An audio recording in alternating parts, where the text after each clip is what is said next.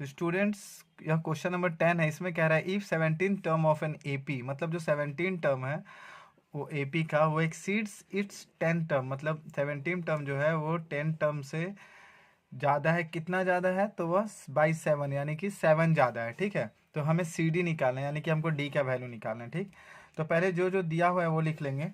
जैसे A17 equal to कितना हो गया, क्या हो जाएगा, A10 प्लस 7। ठीक, 17 का मतलब क्या होगा, A प्लस 16D। ठीक है, A plus 16D is equal to A10 का मतलब हुआ A प्लस 9D प्लस, और ये जो पहले से 7 है वो 7। ठीक है, अब क्या होगा, A और A कैंसिल आउट हो जाएगा। ठीक है, यहाँ पर ये जो A है और यह A जो है वो कैंसिल आउट हो जाएगा, तो बच क्या गया उसको पहले लिख लेंगे। 16D equal to 9D plus 7। ठीक है, अब क्या करेंगे, 16D और 9D को लेफ्ट हैंड साइड ला देंगे। ठीक है, क्यों लाएंगे, क्योंकि यह D है और ये भी D वाला है, तो इसको लेफ्ट हैंड साइड लाएंगे तो -9D हो जाएगा। एंड अब बच क्या गया, +7। ठीक, उसके बाद क्या करेंगे, 16D माइनस 9D कितना हो जाएगा बताइए। तो यहाँ पे हो गया 7D इज इक्वल टू 7। तो यहाँ से हमारा वैल्यू आ गया D इक्वल टू 7/7, मतलब 1। तो D का वैल्यू जो आ गया वो 1 आ गया। इसका मतलब हमारा जो कॉमन डिफरेंस आ गया, जो क्वेश्चन ने पूछा था कॉमन डिफरेंस, वो हो गया हमारा 1। ठीक है, अब आते हैं हम लोग नेक्स्ट क्वेश्चन। क्वेश्चन नंबर 11 में कह रहा है कि which term of an AP 3, 15, 27, 39 will be 132 more than its 54th term. मतलब ये जो AP है, इस AP का कौन सा टर्म है जो 132 more than its 54th term है। तो हम क्या करेंगे, मान लेते हैं कि पहले इस AP को लिख लेते हैं। AP क्या है, 3, 15, 27, 39। ठीक है, इस AP को लिखने के बाद लिख दे A का वैल्यू कितना है 3, और D का वैल्यू कितना हो जाएगा 15 माइनस 3। 15 माइनस 3 हो गया आपका 12। ठीक है, तो अब हम क्या करेंगे कि पूछ रहा है कि कौन सा AP का, कौन सा इस AP का कौन सा टर्म है जो कि इसके 132 ज़्यादा है इसके 54th टर्म से। तो पहले तो हम लोग मान लेते हैं कि वो जो टर्म है वो n टर्म है। ठीक है, and let n be the term, n be the term, वो जो टर्म है वो क्या है, वो एन टर्म है। तो एन टर्म कह रहा है ना, तो एन इक्वल टू क्या हो जाएगा 132 मोर देन, यानी कि प्लस इट्स 54th टर्म। ठीक है, तो ए 54 लिख देंगे। ठीक है, उसके बाद एन का क्या फॉर्मूला होता है, ए प्लस एन माइनस 1 पे डी, और यहाँ पे कितना है 132 प्लस ए 54 का क्या मतलब हो गया, ए प्लस एन माइनस सॉरी ए प्लस 53D, ए प्लस 53D। ठीक है, ये तो आपको क्लियर है ये प्लस 53D क्यों हुआ। ठीक है, उसके बाद क्या करेंगे, ये ए और ये ए कैंसिल आउट हो जाएगा। ठीक है, बच गया आपका यहाँ पर देखिए n-1D, तो n-1D is equal to 132 plus 53D। ठीक है, तो n हमें n निकालना है, तो यहाँ पे d का वैल्यू हमारा कितना आया था 12, तो d के जगह पे 12 डाल देंगे, और 132 प्लस 53 इंटू 12। ठीक है, तो अब इस ब्रैकेट को जब खोलेंगे तो कितना हो जाएगा 12n minus 12 is equal to 132 plus, अब ये 53 इंटू 12 करेंगे तो 53 इंटू 12 कितना हो जाएगा, 2 3 जा 6 और 3 1 जा 3 और 5 2 जा 10, तो 13 हो गया। 13 का 3 कैरी 1, 5 1 जा 5 और 6 36 हो जाएगा। ठीक है, अब क्या करेंगे 12n एक तरफ और बाकी सबको एक तरफ भेज देंगे। 132 प्लस 636 प्लस 12, ये -12 इधर जाएगा तो कितना हो जाएगा +12 हो जाएगा। ठीक है, फिर क्या करेंगे 12n इज इक्वल टू, अब इसको ऐड कर देंगे, तो ऐड करने से कितना आएगा, ये हो गया हमारा 2 और ये 6 और ये 2, तो 6 7 8 9 10, तो यहाँ पे हो गया हमारा 0 कैरी 1, तो 1 और 1 2 3 4 5 6 7 8, यहाँ हो गया 8 और बच गया 6 और ये 7, तो 780 यहाँ पे बच गया। ठीक है, अब क्या करेंगे n इक्वल टू क्या हो जाएगा 780/12। अब इसको काट के n का हम लोग वैल्यू निकाल लेंगे, तो ये 2 6 जा 12, 2 3 जा 6, 2 9 जा 18 0, फिर यहाँ पे क्या करेंगे, 3 से भी काट सकते हैं, 3 2 जा 6, 3 1 जा 3, 3 3 जा 9 और 3 0 जा 0। इसका मतलब अब क्या हो गया, फिर इसको 2 से काटेंगे, 2 1 जा और 2 6 जा 2 5 जा, तो कितना हो गया 65। इसका मतलब जो 65th टर्म है n इक्वल टू हम लोग का आ गया 65। तो हमारा फाइनल आंसर क्या हो गया 65th टर्म, यानी कि जो 65th टर्म है वही है 132 more than its 54th term. ठीक है, तो ये हमारा फाइनल आंसर हो गया। ठीक है, अब आते हैं हम लोग क्वेश्चन नंबर 12 में। तो स्टूडेंट्स ये हमारा क्वेश्चन नंबर 12। क्वेश्चन नंबर 12 में कह रहा है कि दो एपी है जिसका सेम कॉमन डिफरेंस है, यानी कि डी का वैल्यू जो है वो सेम है। ठीक है, और डिफरेंस बिटवीन देयर 100 टर्म, मतलब दोनों एपी का जो 100 टर्म है उसको जब हम डिफरेंस निकालते हैं, यानी कि जब हम माइनस करते हैं तो 100 आएगा। ठीक है, तो हमें निकालना क्या है कि उसका जो 1000 टर्म है उसको माइनस करने के बाद कितना आएगा। ठीक है, यही हमें निकालना है। तो सबसे पहले हम लिखेंगे एपी, यहाँ पर लिख देंगे एपी। ठीक है, एपी लिखने के बाद जो फर्स्ट टर्म के लिए, फर्स्ट वाले के लिए क्या हो जाएगा A1। ठीक है,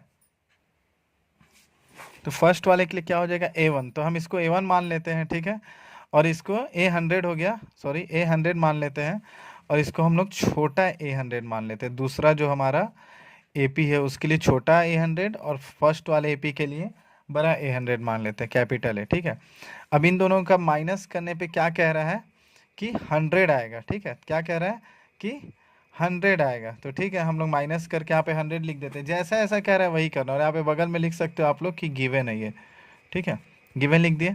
अब देखिए, अब इसको हम लोग बढ़ाएंगे, आगे बढ़ते जाएंगे। अब A100 है, तो A100 जो है, तो इसको कैसे लिख सकते हैं हम लोग, A प्लस 99 D, क्योंकि D तो सेम है। D हमारा जो है वो एक को मान लेते हैं कैपिटल डी, एक को मान लेते हैं स्मॉल डी। तो capital D equal to small D है, तो दोनों मिलाकर ही तो कॉमन डिफरेंस हुआ, तो डी स्मॉल डी ही लेकर चलते हैं, तो डी हमारा सेम है। माइनस इसके जगह पे क्या लिखेंगे, चूंकि यहाँ पे माइनस है तो ये हो जाएगा ए।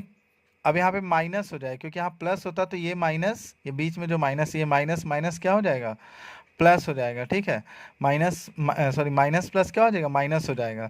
तो अब हम लोग यहाँ पे क्या लिखेंगे 99D इज इक्वल टू 100। ठीक है, अब देखिए यहाँ पर क्या हो गया A माइनस A, तो एक साथ लिख देंगे A minus A is equal to 100। क्यों 100, क्योंकि 99D और ये प्लस 99D और ये माइनस 99D दोनों कट जाएगा। ठीक है, तो इसको हम लोग मान लेंगे इक्वेशन 1। अब हमें निकालने क्या बोला है, difference between 1000 term.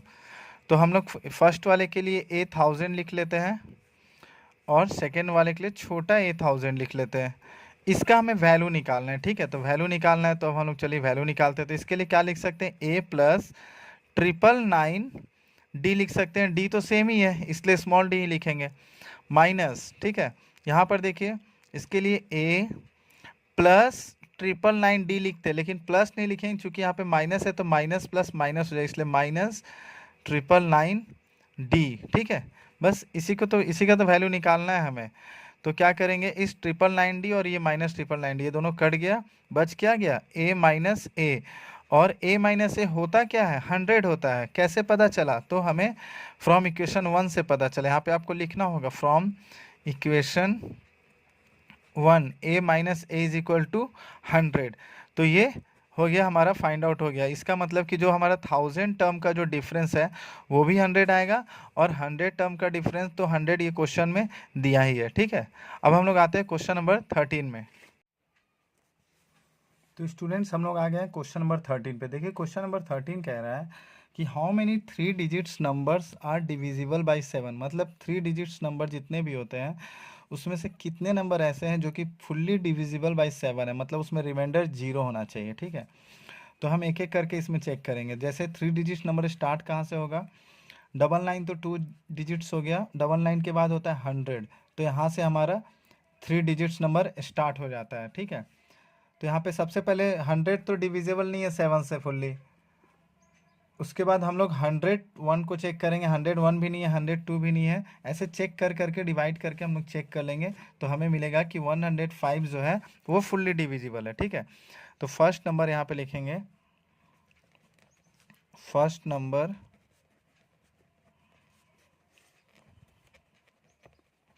Divisible by 7 is, first 3 digits number भी लिख सकते हैं, फर्स्ट 3 डिजिट्स बाई 7 इज 105। ठीक है, अब देखिए जब पहला जब 105 है तो इसमें और 7 ऐड कर देंगे, तो next number is equal to 105 plus 7 कितना हो जाएगा 112। फिर next number is equal to 112 plus 7 कितना हो जाएगा 119। ठीक है, तो ये स्टार्टिंग के तो 3 डिजिट नंबर हमें मिल गए। एक्चुअली हम इसमें हमको इसको क्या करना है, एपी रेडी करना है, मतलब अर्थमेटिक प्रोग्रेशन इसमें रेडी करना है, एक सीरीज़ तैयार करना है। सीरीज़ तैयार करने से क्या होगा, हमें ये पता चल जाएगा कि 3 डिजिट नंबर कितने हैं जो कि 7 से फुल्ली डिविजिबल है। ठीक है, तो अब क्या करेंगे, अब सबसे एंड से, अब पीछे मतलब एंड से मतलब क्या हो गया 999, 999 हो गया हमारा। ठीक है, सबसे 3 डिजिट नंबर, सबसे हाईएस्ट 3 डिजिट नंबर 999 होता है। उसके बाद कम पे जाएंगे तो 998 होता है, 998 भी डिविजिबल नहीं है। उसके बाद ऐसे करके चेक करेंगे तो हमें पता चलता है कि 994 जो है वह फुल्ली डिविजिबल है। ठीक है, 7 से। तो हमारा देयरफॉर जो सीरीज़ है, तो यहाँ पे लिखेंगे देयरफॉर सीरीज इज, जो सीरीज निकला वो क्या निकला 105 comma 112 comma 119 dot dot dot 994। ठीक है, मतलब स्टार्टिंग के ये 3 जो डिजिट्स है, ये जो 3 नंबर्स है, ये 3 डिजिट्स वाले ये 7 से फुल्ली डिविजिबल है, और ये एंड से 994 है फुल्ली डिविजिबल। तो हमें ये लास्ट वाला मिल गया, मतलब ये हमारा nth टर्म मिल गया। ठीक है, तो हमारा ये nth टर्म मिल गया, तो हम क्या लिखेंगे n इक्वल टू 994, और a हमारा क्या मिल गया 105, और हमें d क्या मिल गया 112 माइनस 105, d क्या होगा 112 माइनस 105। ठीक है, तो 112 माइनस 105 कितना हो गया 7, तो यहाँ पे हम लोग लिख देंगे 7। अब क्या करेंगे, यहाँ पर ये फॉर्मूला लगाएंगे an equal to A plus n minus 1 पे d। अब इसमें n का वैल्यू पुट करेंगे, n हमारा 994 है, a कितना है 105, प्लस n तो हमें निकालना है, तभी तो पता चलेगा कि 3 डिजिट नंबर कितने हैं, और d हमारा है 7। तो यहाँ पे 994 है, इस 105 को इधर भेज देंगे तो 105 इधर हो गया, और यहाँ पे कितना हो गया, ब्रैकेट को ओपन कर देंगे तो ये हो गया 7n माइनस 7। ठीक है, इसके बाद इसको इससे माइनस कर लेंगे 994 को 105 से, तो माइनस करेंगे तो कितना होगा, ये हो गया अपना, यहाँ पे इससे कैरी दे दिए हम, तो यहाँ पर हो गया 14, और 14 माइनस 5 कितना हो जाएगा आपका 9, तो यहाँ पर हो गया 9, और यहाँ पे हो गया 8, और इस जगह तो हमारा रहेगा ही, इसमें कैरी दे दिए थे तो यहाँ पर तो हमारा रहेगा ही 889। अब इस ये 7n माइनस 7, अब इस माइनस 7 को इधर बुला लेंगे तो कितना हो जाएगा 889 plus 7 is equal to 7n। ठीक है, तो अब इसमें कितना कह सकते हैं, इसको कितना लिख सकते हैं, इसको दोनों को ऐड कर दें कितना हो जाएगा 6, और यहाँ पे हो जाएगा आपका 7 9 कितना हो गया 16, और यहाँ पे हो जाएगा 9, और यहाँ पे हो गया 896 इज इक्वल टू 7n। तो n इक्वल टू क्या हो जाएगा 896 बाई 7। तो अब इसको इसको इससे डिवाइड कर लेंगे, 7 1 जा 7, और यहाँ पे हो गया 7 2 जा 14, और 7 तो 7 2 जा 14, और 7 8 जा 56, तो n इक्वल टू कितना हो गया, n इक्वल टू हो गया 128। यानी 128, मतलब इन दोनों के बीच में, मतलब 3 डिजिट नंबर जो है वो टोटल 128 ऐसे नंबर्स हैं जो कि फुल्ली डिविजिबल है 7 से, 3 डिजिट्स वाले। ठीक है, तो इसका फाइनल आंसर हो गया 128 numbers ऐसे फाइनल में लिख देंगे 128 numbers are the 3 digits numbers, 3 digits numbers which are divisible by